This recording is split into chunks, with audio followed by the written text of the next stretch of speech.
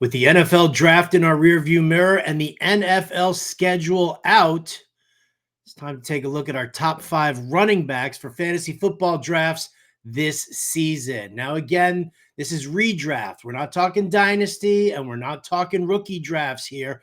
We're talking about my top 5 fantasy running backs heading into this season. And we've seen some really nice growth here from the running back position, or at least a little bit more attention has been given. You look at the current fantasy football ADP landscape, and more running backs are going in the first 5 rounds than have gone in the last couple of seasons. So just something to keep in mind.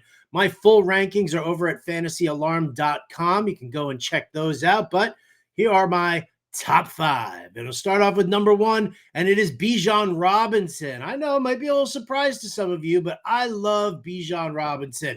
Finally freed from the shackles that was an Arthur Smith disgusting offense with poor planning and poor usage. Bijan Robinson shined bright in Zach Robinson's offense in Atlanta last year, rushing for over 1,400 yards with 14 rushing touchdowns. He had 61 catches for over 430 yards and another touchdown as well.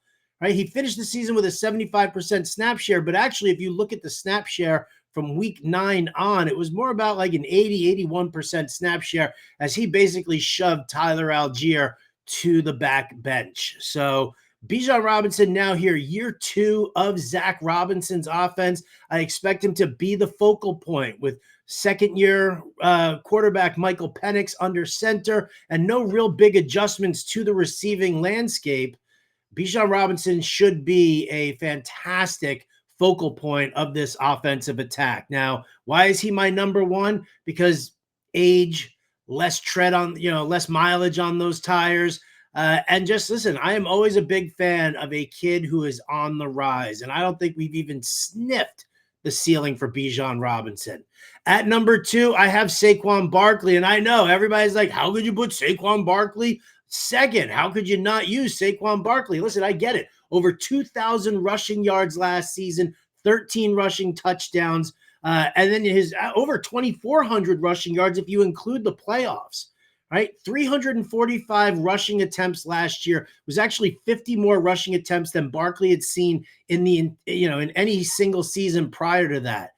And if you include the playoffs as well as the Super Bowl, you're tacking on an additional 141 carries. That is a massive, massive workload. Now, I get it. We've seen Derrick Henry with the volume that he's seen, and everybody's like, oh, I'm just waiting for Derrick Henry to fall apart now with all the workload, and that doesn't happen. Could that be the same with Saquon Barkley? Of course it could be. But you're talking about a guy who is, in his age 28 season, he's had 2 major knee surgeries, and he is incredibly dynamic, but they're not going to be able to give him that heavy of a workload once again, and I don't think they're going to be able to either. One of the reasons why I do have Saquon Barkley second and Bijan Robinson first is because I don't know what's going to happen with this Eagles defense right now. I love Vic Fangio. He is a master of defenses, and last year, he had everything humming so well that once the Eagles got a lead, you had no reason to not just hand the ball off to Saquon Barkley in the second half, let him chew up the clock, let him add to the lead, and that's exactly what happened. Now, all of a sudden, you've taken this entire defense apart. You've lost a significant number of veteran players on defense, and you've replaced them through the NFL draft. If you look, the Eagles took 5 defensive players with their first 5 picks. Then they went to offensive line, then back to defense, then back to offensive line, then back to defense. So my one concern here is that the defense doesn't hold out or hold up, should I say, like they did last year, which might put the Eagles into some more shootout second half action, which could limit how much Barkley is actually receiving in volume and touches. So that's my only hedge. I know it's splitting hairs at the top, but I always have a guy who's on his way up as opposed to a guy who's on his way down ranked higher. So that's how I have it set up there. Number 3, give me Jahmyr Gibbs. I mean, listen, huge year in 2024, right? 4th in rushing yards, 1st in rushing touchdowns, 3rd in yards per carry among any running back who had at least 100 attempts. third, yards per carry, 5.6. It was impressive, right? Another 500 yards through the air, another touchdown through the air as well, right? The one hang-up, obviously, is he shares carries with David Montgomery. We're also dealing with a significant change in the offensive coaching. Ben Johnson's gone. Tanner Engstrand is gone. So now you're relying on John Morton to maintain what Ben Johnson was doing last year, and he's going to want to put a little bit of his own spin on it. But you know Dan Campbell is like, run first, do it this way. You'll see Morton kind of deviate a little bit, but again, Jahmyr Gibbs, going to be a fantastic play, going to be a monster in PPR formats again, but I can't rank him higher than third because I do know that while it might be just a 70-30 split with David Montgomery, those are some key touches that he won't be getting.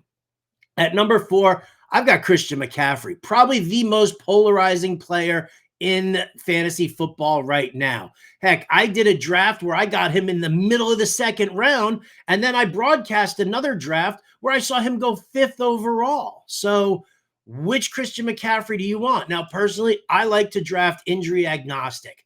I get it. He had 2 miserable seasons in Carolina, all right? And last year he he missed all but 4 games. But those 2 years in between all that, those were monster years. I'm talking about an average of 1,300 rushing yards, an average of 11 rushing touchdowns per year, an average of 653 receiving yards, and an average of 6 receiving touchdowns over those 2 seasons. So you're drafting with a risk here for Christian McCaffrey, but the ceiling and where he's going ADP wise, the ceiling is so much more, more profitable for you than any of the other guys who are being taken in that range. Yes, there's risk involved, but the potential return is absolutely massive. If you're that concerned, just pick up Isaac Guerendo later on in your draft. Easy peasy. Finally, at number 5, I've got Jonathan Taylor from the Indianapolis Colts. Again, another phenomenal running back here who's kind of getting disrespected by the ADP. Jonathan Taylor had a phenomenal rookie campaign, and then he followed it up with an 1,800-yard, 18-touchdown sophomore campaign. Then there was injury, then there was holdout, and the 2 years of just not such great production. But then he came back, and what did he do last year, right? Over 1,450 yards, 11 rushing touchdowns here. The big knock on him is that Anthony Richardson's going to poach goal line work. Did that really did that hurt Jonathan Taylor last year? No. You're going to give me a guy who's coming off the board late second, early third round in some drafts? 1,400 yards, 11 touchdowns. That's what you're going to give me? I will take that all day, every day. Anthony Richardson, if anything, helps the rushing aspect of Jonathan Taylor because when they go into RPO work, everybody's so concerned about Richardson that once he just flips it back to Jonathan Taylor with a head of steam, come on, so good. And then I also kind of believe that maybe, just maybe, Daniel Jones ends up winning this job. Anthony Richardson has not improved as a passer at all. Daniel Jones could come in here. Now, yes, he's also got a mobile aspect to his game. Could he poach a touchdown or 2? Of course he could, but he's also a much better passer than Anthony Richardson, and that itself is going to open up wider running lanes for Jonathan Taylor. So he comes in as my number 5 running back. For the rest of my running back rankings, go over to fantasyalarm.com and you can check them all out there. If you don't subscribe, do yourself a favor. Really great time. You see the ticker going at the bottom, fantasyalarm.com, or this QR code. Oh, this QR code actually. fantasyalarm.com/win. Promo code Let's Go takes 50% off your first month. Get in now because we got so much more coming for the NFL. I'm Howard Bender. We'll catch you next time.